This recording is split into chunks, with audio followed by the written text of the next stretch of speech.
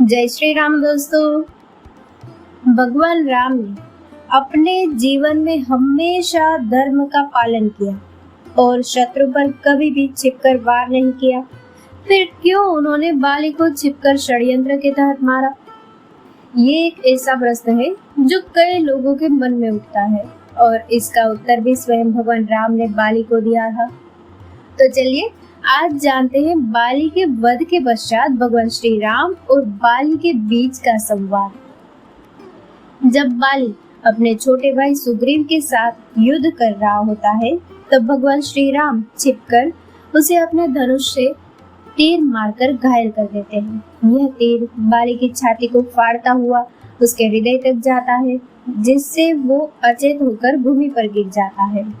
जब भगवान श्री राम उसके सामने आते हैं तो बाली अत्यंत क्रोध से भर जाता है और भगवान श्री राम से कुछ तीखे प्रश्न पूछता है।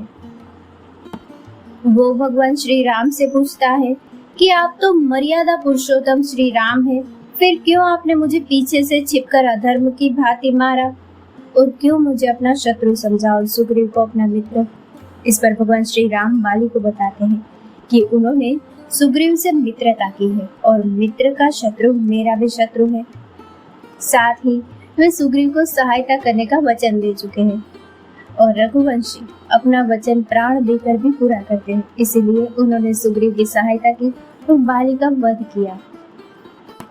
साथ ही वे बाली के द्वारा किए गए अधर्म के कार्यों को याद दिलाते हुए कहते हैं कि किस तरह उसने अपने छोटे भाई सुग्रीव का कोई दोष ना होते हुए भी उसे बड़ी सभा में अपमानित करके उसे राज्य से निकाल दिया था।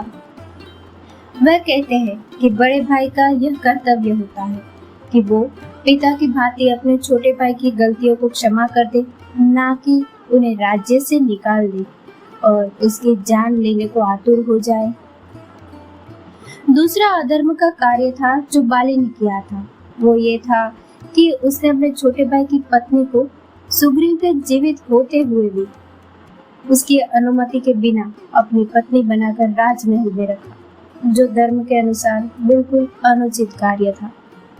भगवान राम के अनुसार बाली का वध करने के लिए केवल यही कारण मुख्य था।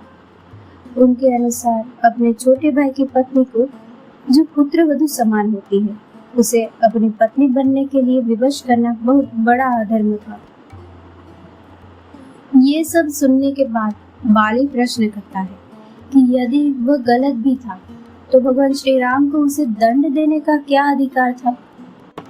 इस पर भगवान श्री राम उसे कहते हैं कि यह संपूर्ण पृथ्वी इक्ष्वाकु वंश के अंतर्गत आती है और इस समय उसके राजा भरत है। राजा भरत की आज्ञा के अनुसार ही प्रभु श्री राम इस दंडकारण्य वन में अधर्मी मनुष्यों को दंड देने का कार्य कर रहे थे, क्योंकि बाली ने अधर्म का कार्य किया था, इसलिए भगवान श्री राम के द्वारा उसे दंड मिला। प्रभु श्री राम के द्वारा अपनी सभी शंकाओं का समाधान होने पर बाली को अपने किए पर पछतावा हुआ।